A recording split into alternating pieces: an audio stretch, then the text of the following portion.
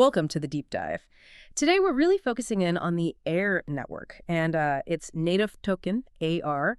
We've got some great source material here, really laying out the AERE network's tokenomics. Yeah, it looks quite detailed. So our mission today is to unpack the nuts and bolts of this token, its economic structure, how it's allocated, and these features designed to, well, potentially make it scarcer over time. Right. For you listening, this is kind of your quick guide to grasping the core economic ideas behind this new digital asset. Okay, let's dig in. Absolutely. So what really jumps out first is just the basic framework, right? Yeah. We're on with the AERE token, symbol AERE. It runs on its own AERE network. Its own chain. Its own chain, yeah. Chain ID 2800. And crucially, it's built to be ERC20 compatible. Okay, so it plays nicely with the Ethereum world. Exactly. Think of ERC20 as like a common language for tokens, makes things interoperable. And the total supply figure is, well, it's big, 2.1 billion AERE. 2.1 billion total. But the initial rollout was smaller than that, wasn't it? The material mentions 100 million pre-minted. That's right. What was the plan with that first batch? So that initial 100 million AER, the document says it was for strategic purposes. Which usually means? Yeah, pretty standard stuff for a launch. Things like marketing, getting the word out, getting listed on exchanges so people can actually trade it. Digital marketplaces, right. Exactly. And providing some initial liquidity, basically making sure there are enough tokens flowing so trading is smooth from the get-go. Makes sense. But the vast majority, that huge chunk of 2 billion AR, that's set aside for mining. It'll be released through their AR mining bot protocol. Okay, so a smaller bit to kick things off, and the rest comes out gradually through mining. Got it. Yeah. Now, let's get to the really interesting part, how AR is designed to potentially get scarcer, these deflationary mechanisms. Right. This is key. What are we looking at here? Well, the basic idea behind any deflationary mechanism, in crypto, is trying to boost a token's value by shrinking the total available supply. Less supply, maybe more demand, price goes up. The usual theory. Precisely. And AER seems to be taking a pretty interesting two-pronged approach here. 2 prongs. Okay, sounds serious. What's the first one? First up is their deflationary burn protocol. And this isn't just like a one-off thing. No, it's built right into how the network actually operates day to day.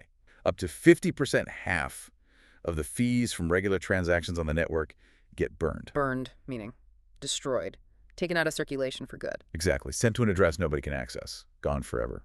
So it directly reduces the total number of ASU tokens out there. Okay, that's pretty direct. Burn tokens with every transaction. But you said it was multi-layered. Yeah, it's not just the basic transaction fees. A slice of the trading fees from decentralized exchanges, Ds, X's. Those peer-to-peer crypto markets. Right. Where AER is traded, a portion of those fees also gets burned. And it goes further fees from third-party apps and services that plug into the AERE ecosystem. Those contribute to the burn too. Huh. So it pulls from multiple sources. It does. And what's kind of fascinating is the potential feedback loop, right? If the network gets more popular, more transactions, more DX trading, more apps, then more fees are generated. And potentially more tokens get burned. So increased usage could, theoretically, amplify the deflationary pressure, shrinking the supply faster over time. That makes intuitive sense, a sort of compounding scarcity effect. Yeah. But obviously depends on the network actually getting used. Absolutely. Network activity is the engine driving that burn. Its long-term impact really hinges on sustained growth. Okay, that's a fairly comprehensive burn system. The more action, the scarcer it might get. What about the second prong you mentioned? It sounded familiar. Yes. The second part is what they call the Bitcoin-inspired halving. Ah, okay. Like Bitcoin's halvings. Exactly like Bitcoin's model. It directly copies that core idea where the reward for mining new blocks gets cut in half on a regular schedule. Right, controlling the flow of new tokens. Precisely. It's about creating predictable, long-term scarcity by slowing down the rate in which new AER enters circulation. Okay, can you walk us through the phases? How does the AR halving schedule look according to the material? So phase 1, that's from block 0 right up to block 125 million. The reward miners get for adding a block is 16 AER. 16. Then, bam. At block 125,001, the first halving hits. the reward drops to 8 AERE per block. Cut it in half. Cut in half. And this pattern continues every 125 million blocks. So it goes from 8 down to 4 AERE. At block 250,001. Right. Then down to 2 AERE starting at block 375,001. Oh, okay. And then finally, from block 500,001 onwards, it settles at a steady 1 AERE per block. So a preset step-by-step reduction in new supply creation. That combination, the ongoing burn plus the scheduled halvings, seems deliberately engineered to put downward pressure on the total supply over the long run. It certainly looks that way. A two-front approach to scarcity. Right. Now, let's switch gears slightly. Where are all these tokens actually going? We know the first 100 million went to strategic stuff. What about the other 2 billion? Well, the source material talks about a sustainable distribution model. And the key here is that the remaining 2 billion a year are all allocated for mining rewards. So earned by miners. Earned by the people or entities running the AERE mining bot protocol, securing the network, validating transactions. The vast majority of the supply enters circulation gradually through this process. Okay. The idea, combined with the burn and halving, seems to be balancing the need to incentivize people to run the network with that goal of long-term scarcity. The halving gives you predictability, while the burn rate adds a variable based on actual use. Which, as you said, makes the burn's long-term impact maybe a bit less certain than the halving's impact? Potentially, yes. It depends entirely on adoption and usage levels. Okay, it sounds like a very intentional way to distribute tokens to active participants. But, okay, people get these tokens. What can they actually do with AERE? What's its purpose, its utility? Utility is absolutely crucial, right, Anesh? Otherwise, why hold it? AERE seems to have several built-in uses.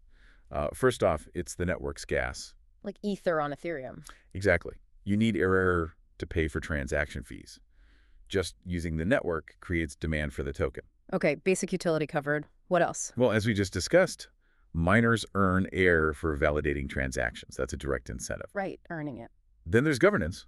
Holding AERE is supposed to give you voting rights in their DAO, the Decentralized Autonomous Organization. So token holders get a say in the project's future. That's the principle, yes. Mm-hmm. Community-led decision-making. Another big one is staking. Locking up tokens. Yeah, you can lock up your AERE to help secure the network further, and in return, you earn passive income, more AERE. Staking rewards. Common feature. Very common.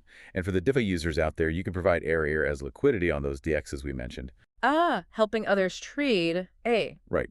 And by doing that, you can earn a share of the trading fees, plus potentially other rewards. Okay. And finally, the document mentions that getting access to premium features for their mining bots might require AERE too, another layer of demand. So transaction fees, mining rewards, governance, staking, liquidity providing, premium access. They've really tried to weave it into the network's fabric. It seems so, creating multiple reasons to hold and use the token. Now, to get some perspective, the source provides a comparison. How does AERE's supply model stack up against, say, Bitcoin or Ethereum? Yeah, context is always useful. So AERE's 2.1 billion total supply. Yep.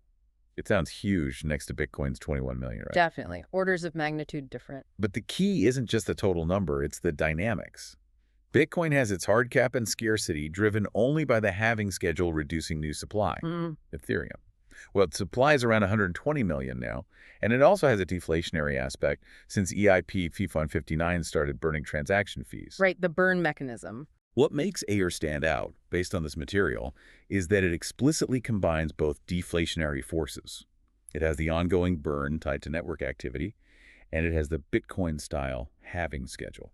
So it's attacking supply from two angles. Exactly. That dual approach is a significant differentiator compared to many other assets that might rely on just burning or just controlled emission schedules like halving. That's a really good point, that combination. Now, for listeners who want to get more hands-on with these numbers, the material mentions some interactive tools. Oh yeah, this is pretty neat. They apparently offer a token burn simulator. What does that do?